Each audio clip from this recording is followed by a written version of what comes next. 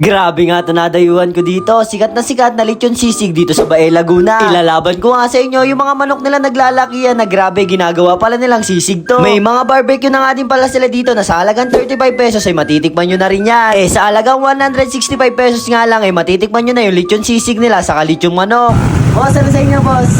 Ay mga kabadis, ngayong araw nga pala may nakita kami dito na masarap na lechon sisig dito sa Bae, Laguna. Ito nga daw yung Mr. Six Tastiest Chicken and Yempo Sisig in town. Nadaanan nga namin sila dito sa National Highway, Barangay Santo Domingo, Bae, Laguna. Beside lang sila ng 7-Eleven and Ormond Bar. Grabe nga yung sisig nila dito na parang dinakdakan yung style niya. Dalawa nga lang daw yung lawak nito, yung secret mayonnaise nila sa sibuyas lang. Talaga nga naman daw purong manok lang yung matitikman nyo dito, walang halong iba. At umorder nga din pala ako ng lechon Yempo nila para matikman natin lahat. At ito nga daw yung pinagmamalaki nila. Lagi daw bago yung mga manok nila dito sa yung Yempo nila. Nung December nga lang daw ay nakaka-1,000 manok sila sa isang araw na talaga naman daw binabalik-balikan. Siyempre, bago tayo mag-TK man, isisingit ko lang to nabili ko dito sa may Bibble Bites. Ito nga daw yung burnt basket cheesecake nila. Kung gusto nyo bumili dito, ito nga pala yung page nila na sa halaga 150 pesos ay matitikman nyo na yan. Masarap siya na perfect pang regalo para sa jowa mo para sa February 14. Siyempre, ito na inaabangan nyo. Titikman na natin itong mga pinagmamalaki na Mr. Six. Kagaya na lang nitong barbecue, itong lechong manok nila, saka itong chicken sisig. Siyempre, umorder din ako ng half bag net nila, saka yung Yempo sisig. At ito nga pala yung una natin titikman, itong pork barbecue nila na sa halagang 35 pesos ay matitikman nyo na yan. Grabe nga sa lambot to at napakalasa na rin ito. Bagay na bagay nga dito yung sauce nila na talaga namang maalat-alat, tapos yung barbecue nila ay manamis-tamis. Siyempre, ito hindi natin papalagpasin itong lechon sisig nila na talaga naman daw bestseller sa kanila. Kalahati nga lang pala ng manok to na ginawang sisig na grabe, akala mo isang whole chicken na. Bango nga rin pala nitong sisig nila na amoy na amoy mo talaga yung pagkainihaw. Pagkatikim ko nga nito, grabe, unique na unique yung lasa niya na parang walang nilagay na kahit anong seasoning. Grabe, sobrang mura na nga nito na sa halagang 190 pesos ay matitikman nyo na yan. Siyempre, ito nga rin pala yung kalahati ng manok ko. Ginawa ko nga pala siyang lechong manok. Yung kalahati, sisig nga ito. Yung kalahati naman ginawa kong ganto.